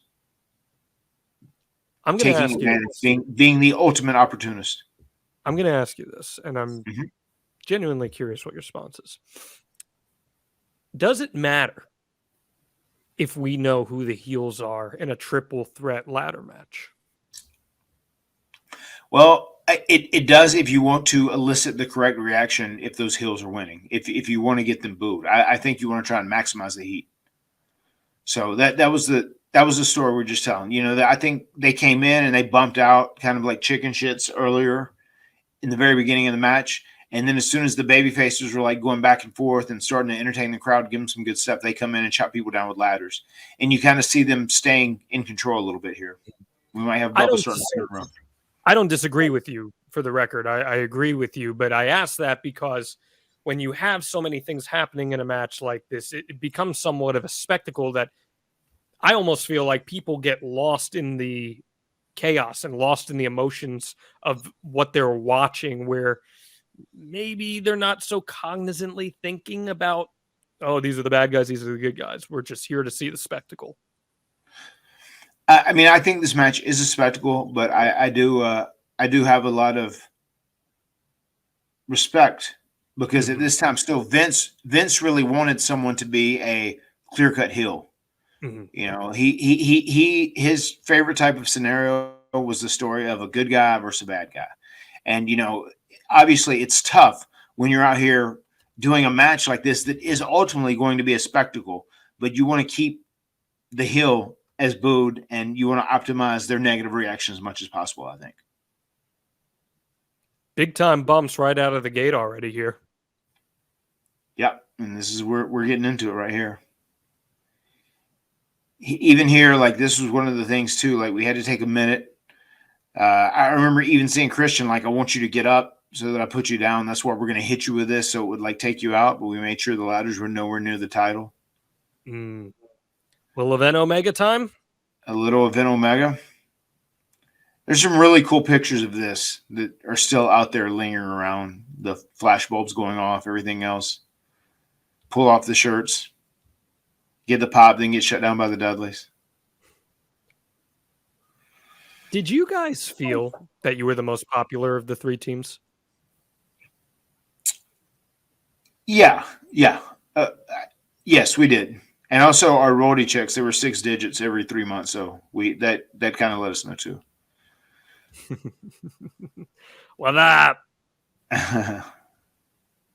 no better embodiment of early 2000s pop culture than that. Yeah. And you know what's funny, John? There'll be someone that's young, a youngster watching this to go, what is that? What does that mean? Tweet at us at Matt Hardy Pod if you don't know what that means, and we'll give you a little explanation. Yeah, if you don't know what it was everywhere. It was everywhere. It was too much. It was everywhere too much. Sign in the back says it's TP time with Y2J. They did the storyline where William Regal drank the urine. Yep. Here's Edge hung up on a table here. Tell us the story here, Matt. Yeah, and we have the spot here where Jeff is fighting off Bubba. He jumps up to do a Frankensteiner. Bubba catches him and powerbombs him. Bubba's kind of blind as he's dropping Jeff too. He dropped Jeff like very strongly on his neck on the edge, and that's kind of what broke the table. And that really did. That hurt Jeff's neck pretty significantly right there. He didn't miss time, but he dealt with a bad neck for months after this. And not really that bad here. Yeah, not really Bubba's fault per se. Yeah, no, I mean it's very hard to see because obviously it's blind with who you're hitting. But it is one of those things too. Once again, this is we're live, pal. It's live TV. Mm-hmm. Now the Dudleys doing what they do best: construct tables. Yes, constructing an apparatus. This is a little bit of a callback to the first TLC match. Mm-hmm. Were you guys very aware of trying to pay off moments that they saw prior in other matches, maybe a little elevated? Yeah, that was. I mean, I thought that was part of our storytelling. You know, that's what you do. You have a spot that you've done before, and you do things to tease it, and then you up the ante in some capacity, and that's exactly what we're doing right here. Even on a micro scale, we saw earlier in the match, Edge did a leaping spear onto you while you were hanging off a ladder, but it was much lower impact than what we're going to see later. I mean, the commitment from Jeff to like bump and throw his legs up and just lay out flat, where he could have over rotated and landed on his head or neck or whatever. It was just his commitment was unreal. And he did it perfectly. Perfectly. It's crazy. Take me behind take me behind this. Really, really hot spot with all 6 guys in there. The crowd really came up for this moment too. Yeah, and it was great too. But they came up very loud. Everybody was on their feet. And then obviously we do the things where the dominoes fall one by one by one, and then the other guys bump off. And we got that standing ovation for a moment, where in this day and age it would be, "This is awesome," "This is awesome" chant. But it's like the ultimate sign of respect. Bubba takes the most perfect flat back from the top of that ladder there. I always catch that. I've seen this match, Matt. I'd say this is probably my 50th-ish time watching this match. This is a top 5 favorite John Alba match of all time, easily. And I'm not a big hardcore match guy, but it's because of the storytelling that you guys put into this. Mm-hmm. Yeah, I mean, there was a solid story here, especially considering the match when it's all said and done with all these objects. It's so gimmicky. I mean, it's going to end up being a spectacle, but there still was a pretty strong vibe of a solid story behind this. Edge and Bubba stirring here. Notice, by the way, Jimmy Corderas is on the outside. Happy belated 70th birthday for Jimmy Corderas. Yeah. Oh, here's the first of our thirds running in. I love Spike's running bulldog. Yeah, Spike Dudley. This was sweet. Perfect. Yeah, that was perfect. CLP bursting through that table there. That's a good little spot for him. It's always good when CLP's left laid out. Oh, it's always. Anytime he's put in a casket and he's buried, it's great. Means I don't have to see him for a few weeks. Casket drops down to the depths of hell. Here's Rhino. Here we go. There's their heater. We like the pairing of Rhino with Edge and Christian in particular. Yeah, I mean, he was their buddy from the Indies too, so they had a previous relationship. They were super comfortable with him, and he got a big shove over at ECW, and he was the champ there at the end and everything. So he worked really well with him. How'd that gore through a table feel?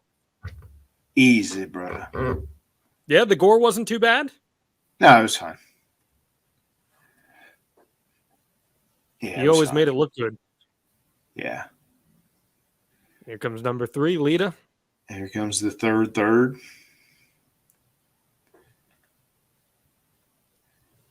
Doing some damage to the heels. Getting a little reaction. Oh, the monster. You get a little double team on the monster. I like how the smaller, weaker thirds, they double up on the monster. Into Rana. Yeah. Chair shot. Yeah. What a great spot that was. Mm-hmm. Are you rehearsing something like that, or is that we're going to nail it in the moment?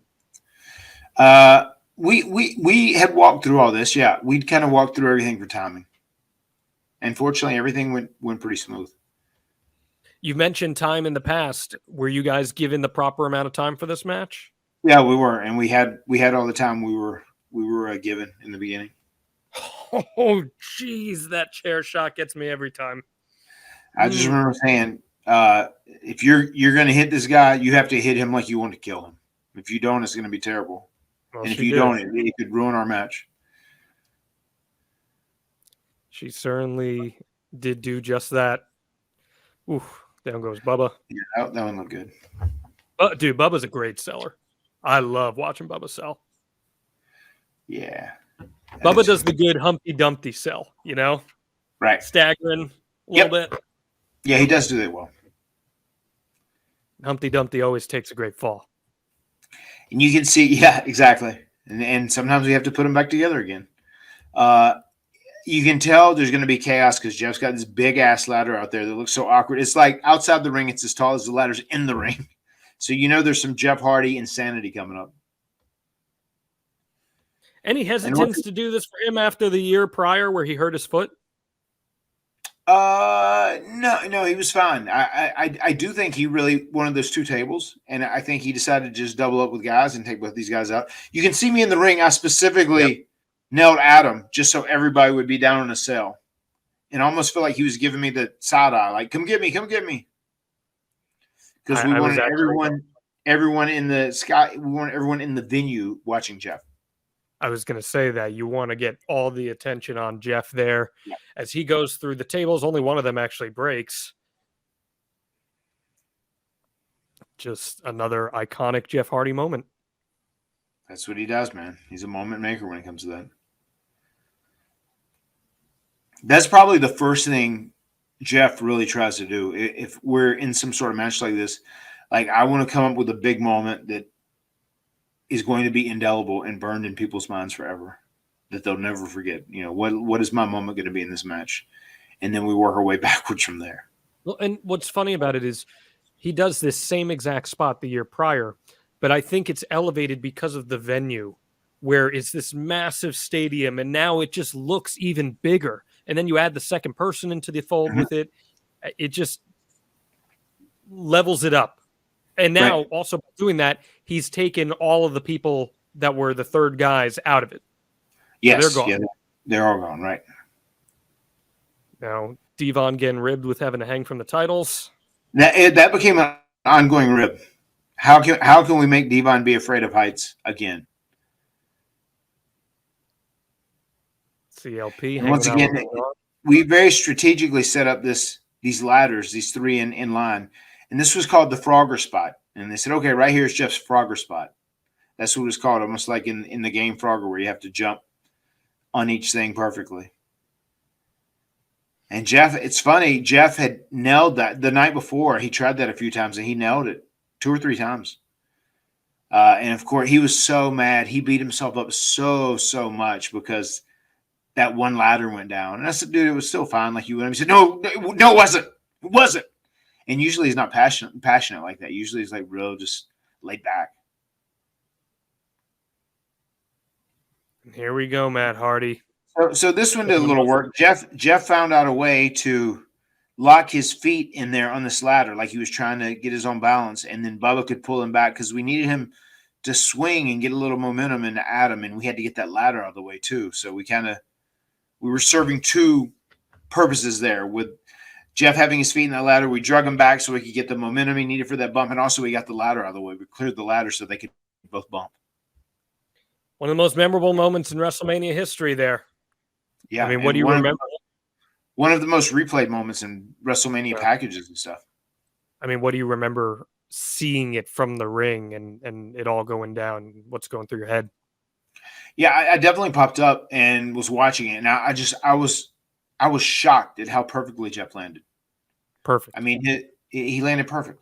As perfect as you could. And it still had to be terrible. And it sucked, I know, but I mean, he landed perfect. It was. There we go. There we go, the big ride. And speaking of landing perfect, once again, myself and Mark LaMonaco here were putting a lot of faith in one another that we were going to stay committed and stay disciplined, and we're going to step off the ladder at the same time and both go through at the same time. Because if one would have went earlier, it would have been really bad for the guy who came second. So we're happy that worked out. That's just you guys counting together on the ladder? Yeah. 3, 2, 1, go. I think at this point we're there. Go. Almost like eye contact. Go. Let's see. Do you guys make eye contact? Yeah, you might have made it there. Wow. I mean, and that was a long ways down. If it looks high just regularly, it looks twice as high whenever you're standing on the ladder. Now we get Rhino helping Christian go up as Edge holds Devon. I love this finish. I think it's very creative. I do too. And I love the fact it just leaned into the heel heat aspect of it and the real chicken shit heel quality. These guys were hitting all strides on it this time. Getting a standing ovation there. They win back their titles. Great shot of you. Is a referee coming over and giving you the little iggy, right, just to make sure that you're doing okay after a spot like that? Yeah, they're coming immediately thereafter. They're coming to give you the business after any big bump. They're coming to check on you. Now we got to get the cleanup crew going, but you're getting a standing ovation here, man. I know you're knocked out, but are you feeling the energy after a match like that with the crowd going nuts? I was feeling good. This match it felt good. The only thing, like, Bubba hit me in the head and I think split my head open. That was the only thing that was really bad. Everything else was okay. Going through all those tables was extremely impactful, and it was like being in a car crash. But it was, in the big scheme of things, it wasn't terribly bad. When you watch this match back, what goes through your head? How do you feel about it? I mean, I'm proud of this. I like it a lot. I was honored that we got the opportunity to go on the platform of WrestleMania and do this type of match, and get to go as crazy and be creative like we were, and we got to do those cool things and that building process, and just the fact that spear off the ring to Jeff by Adam and that crash of myself and Bubba through the tables. Just there was so much craziness in this entire match, and there's so many people even today. Like, for a lot of people that I meet now, their childhood was the TLC matches. They grew up on it, and it made them love wrestling. And just the fact that this match has that kind of power speaks volumes about it. And I'm proud of it, and it's really special. I'm very blessed I was given the opportunity to be part of it. You and I have this podcast because of this match. Like, I loved the Hardy Boyz. Right. This match changed everything for me. This was an influential match in my wrestling fandom because I love TLC 1. I love the Triangle Ladder match. I love the other ones. But there was something about watching this match live, because I remember buying this pay-per-view, and there was something about watching this match live. And I said to myself, that is the coolest thing I've ever seen in my life. It was the coolest thing I've ever seen. I mean, this match was so impactful on people, and that's probably one of my favorite things about it. It just this match it elicited so many emotions and impacted so many people in so many different ways, and that's powerful, man. And I'm proud of the fact that we built to something that did that. Yeah, I've had a chance now to tell that to 5 of the 6 members in this match, because it's a very special one for me, and I contribute a lot of my wrestling fandom due to this match. Again, legitimately a top 5 favorite match of all time for me, and probably my favorite hardcore match ever, if you could call this a hardcore match for what it is, which I certainly would by all stretch of the imagination here. Take us through what happens in the back. What's the reaction like? How are you guys feeling after it? We come back through to a standing ovation in Gorilla. Come back out by the monitor, another standing ovation. People were very happy with it, and everybody was okay. And we were excited that everybody got through it relatively unscathed. Yeah, it just elevated everything, and it's another amazing match on this fantastic WrestleMania X-Seven show. Again, headlined by The Rock versus Austin, which coming up in just a few weeks here is actually going to be something we're going to talk about as we do our 2-man power trip episode, where we will talk about the very controversial decision to turn Stone Cold Steve Austin heel at the end of this pay-per-view. But all things considered, WrestleMania X-Seven is generally looked back upon as one of the best WrestleManias of all time. The match, as we know, it's just well received from everyone. Dave says Edge and Christian captured the record-setting 7th WWF tag title, a statistic so meaningless nowadays it was never referred to on the broadcast in the TLC II match over the Dudleys and Hardys. While some of the wrestlers involved expressed disappointment with the match, it was from a psychological standpoint superior to their SummerSlam match. Even more remarkable, a match filled with crazy spots, was that nobody was seriously injured. He says that while some of the wrestlers expressed disappointment with the match, and he's talking about the wrestlers involved, which means that someone talked to him directly about it, or someone talked to someone who spoke to him directly about it. Do you remember anyone in the match being upset about it? I mean, Jeff was very visibly upset when we came back, just about that Frogger spot. I mean, he could have heard someone saying that Jeff was upset about that. It wouldn't have been Jeff. Jeff has never talked to anyone before that writes opinion pieces on the internet. But it could totally be that, because Jeff came back and Jeff beat himself up. He said, "No, I'm so sorry. I screwed it up. I screwed up the match, this, that." I said, "Dude, no, it's fine. All good." Jeff was very hard on his effort in that match, and especially that Frogger spot going out. That really bummed him out. So that would be the only person that I could think of that would have been critical of anything in the match. No one else would have. Yeah. You get 4 3/4 stars on this match, so close to that elusive 5-star rating from Dave Meltzer.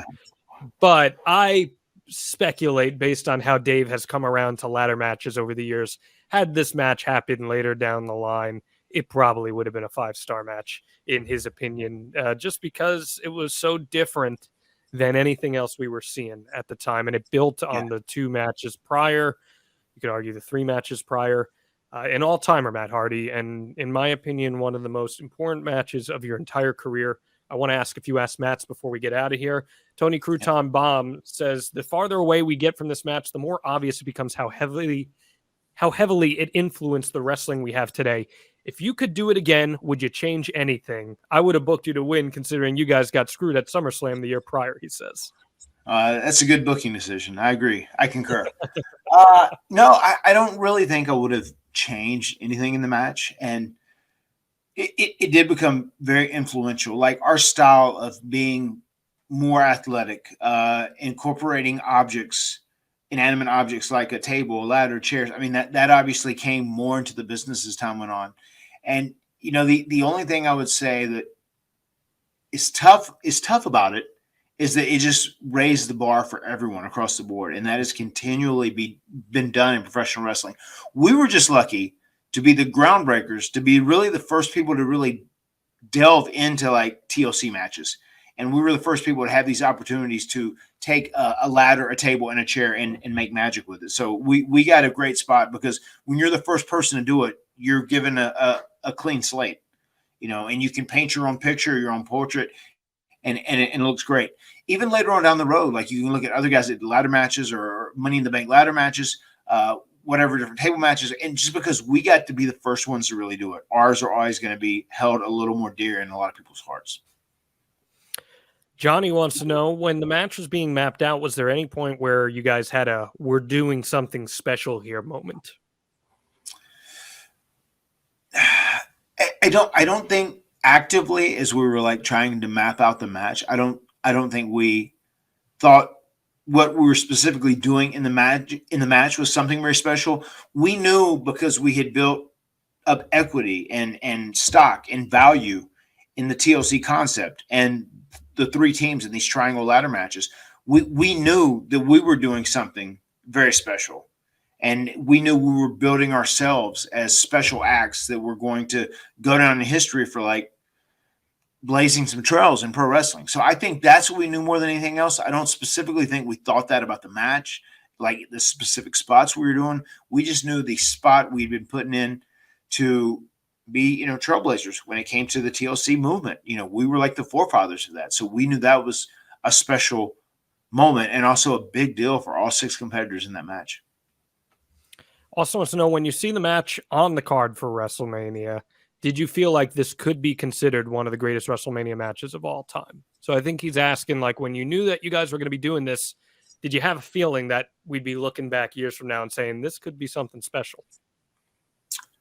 Yeah, we were all confident that we had some pretty good shit put together, and I think we all felt very confident in our execution at that time. We're all young, we're all in a prime, and I thought we went out there and we knew what we were going to produce was something that was going to be talked about for many, many years to come. Braden asks, who used to get the most nervous before the TLC matches out of the 6 of you? Big fan of the Hardy Boyz since I was a kid. Love the podcast. John's a great co-host all the way from Australia. Thank you, Braden. Who got the most nervous, Matt? I would say probably consistently the person who got the most nervous was Devon, especially because we had Devon's ass hanging off everything we could get. Any high perch that we could get Devon to hang off of, we would rib him and have him do the hanging and take the big bump. So it was pretty consistently, Devon. Wrestling historian wants to know, were you worried about overshadowing Austin versus Rock? No, we weren't worried about overshadowing those guys. I mean, those guys were the two biggest stars in the business at this time too, so we knew they were going to be fine. We just wanted to go out there and we wanted to get our piece of the pie. We wanted to go out, we wanted to have our time, which we got all our time. We wanted to go out there and tell an amazing story and take these amazing calculated risks and create an iconic WrestleMania moment at the Showcase of the Immortals. And that's pretty much all we were focused on. We weren't worried about Rock and Austin at all. We weren't looking at Rock and Austin or Vince and Shane or anybody else as competition. If anything, we were just competing against ourselves and our prior performances in matches like this. So we were competing against SummerSlam from the year before. We were competing against the Triangle Ladder match from the WrestleMania before. That's who we were competing against. You're competing against yourself. Yep. Bobby, top guy, well, hail. Says, Matt, great to see you again at WrestleCon San Antonio in January. What is the best thing about a TLC match versus a singles match or a tag match? The best thing about a TLC match, especially with 6 people in there, is you get to distribute all the bumps out amongst people. So there's going to be plenty of downtime where you can sell and you can catch your breath. If you're in a singles match, it's just you and another guy, and you got to be on 24/7, nonstop. You don't get any real rest periods during those matches. So the TLC matches are nice. You can take a big bump and you can sell for 2 minutes, 2.5 minutes, catch your breath, chill. Pat Pitts, were there any spots or moments in the match discussed beforehand that ended up on the cutting room floor? I don't think so. I think we did everything that we talked about. I know like the big spots we had were me and Bubba going through the 4 tables, Jeff getting speared, Jeff doing the swanton off the 16-foot ladder, whatever it was. So all those things happened. We did the 6-way down. I feel like we were very smart, and our psychology and our planning time-wise was really crisp for this match. We put just the right amount of content in to fill our time, and we didn't try and like overkill it. We didn't try and do like the tag team ladder match. The tag team table match in Royal Rumble 2000. We didn't try and stuff, 16 minutes worth of action in 12 minutes, which we ultimately ended up doing. This one, we gave everything a chance to breathe. We took our time with it and told a story, and we didn't rush. So no, I think everything that we talked about doing, we ended up doing. Last question from Lady H. Is there anything in this match that you would have done differently? If I could change anything and I could have given Jeff the power to, hit that Frogger spot and like step on each one of the ladders and like balance and then end up jumping out there to try and get the titles, I would have changed that. But, at the end of the day, that was fine because it was very real. And I'm okay for things that look real in wrestling. Sometimes just stuff that is too choreographed just ends up looking cheesy to me. So that would have been the only thing I would have changed. But I guess I would have had to really been able to control Jeff's gravity and weight and balance. But that'd be the only thing I'd change if I could change anything. Let me ask you this. In hindsight, was it the right decision for you and Bubba to have that spot after the spear off the ladder? I think so. Yeah? Why do you think so? I just think I think that one was beautiful. It was like a beautiful spot. It was magical. It was big. It was impactful. But I just thought the destruction and the carnage of myself and Bubba, I feel like if we would have went first, there was a chance that spear doesn't mean as much as it does going before us. Interesting. Because I've thought about this ad nauseum, like a lot over the years. And I actually think that your spot would have been more impactful if it went before the ladder spot. Because I feel like people were so caught up in the pageantry of that ladder spot, which, let's be real, let's call a spade a spade. It might be the most exceptional ladder spot of all time. It very well may be. As you've talked about it before, it is featured in every WrestleMania package ever. It's all over the place. Every ladder match, every "Don't Try This at Home" video. And not to say your spot isn't, but I feel like your spot almost got a little swallowed up because people were in such disbelief as to what they saw with the ladder spot. And I feel like had it gone before it, people would have taken in the gravity of you guys going through those tables, which is a legit holy shit moment, especially as perfectly as you did it. And I feel like the last thing they would have remembered would have been this spectacular spear coming off the top where Edge lays out Jeff, and then you could have still done the same exact finish that you did. Just my take. What do you think? I mean, that's a fair take.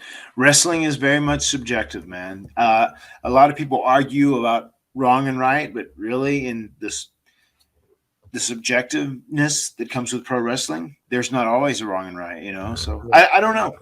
It's interesting. I like it. I like different theories. I like thinking about stuff. It's all semantics at this point. Like I said, this might be my favorite Hardy Boyz match, period, of all time. Where does this rank for you in terms of the greatest matches of your career? I mean, it's definitely top 10, maybe top 5. Probably top 5. Yeah. I'd say top 5 easily, just because of the enormity of it. And I'd argue that it's your biggest WWE moment outside of you guys returning at WrestleMania 33 is you guys having this just show-stealing TLC match. You guys stole the show from Vince McMahon and Shane McMahon and Austin and Rock. When I think of WrestleMania X-Seven, I think of TLC II. I don't think of those other matches first. Yeah. And when you can steal the headlines from Rock, Austin, and Vince McMahon, you did something right. Yeah. You did something right. It's Eddie Guerrero would say, better than nothing. Better than nothing. You know? Yeah, no, that is great. And people do. I think that's not just a John Alba thing either. I think there's a lot of people, when they think WrestleMania 17, TLC is the first thing that pops in their head. Easily. And I think it helped with how enormous the venue was and everything too. I think that was just perfect setting for it. Mm-hmm. Anything else you want to add on this, Matt? This is one of my favorite episodes we've ever done, honestly. I feel like a kid in the candy store again to listen to you talk about this match in long form. Outstanding. No, man, it was fun. It's always fun to look back at this match. And I just feel such a proudness, you know, of what we created with the whole TLC legacy. You know, we really made some magic happen, and we created a staple that will live on for eternity in pro wrestling. And it's very, very cool. Well, this is one of the best episodes of The Extreme Life of Matt Hardy, which comes to you every single Friday, plus early access over at adfreeshows.com. If you'd like to be part of The Extreme Life of Matt Hardy, like our friends at Game Time and AG1s, you can be so as well. Head on over to advertisewithhardy.com. You can promote your business to the extreme. We got thousands of listeners and viewers every single week. Get your product, get your business out in front of all of them, and with the personal endorsement of Matt Hardy himself. Advertisewithhardy.com. It's not just a singular endorsement, Matt Hardy. It is a big money endorsement from you and big money, Matt. Italian Stallion, perhaps, might throw a little bit of an endorsement behind it too. Matt Hardy, one of the best episodes of The Extreme Life of Matt Hardy. Anything else you'd like to add as we wrap up shop here? No, it was great. I hope everybody enjoyed this, man. I love looking back at this match. I love talking about like our, you know, classic iconic matches. And this truly is one of my favorite. As I said, this is a top 5 match of mine. So hope you guys enjoyed the pod, and I hope you, you know, heard a little insight in here that, makes your light go off and makes you think. It would be so great if you guys could leave that 5-star review for us wherever you get your podcasts after listening to this one, because this is one of the best we've ever done. The words have been spoken. We will see you next week right here on The Extreme Life of Matt Hardy. Adios, amigos.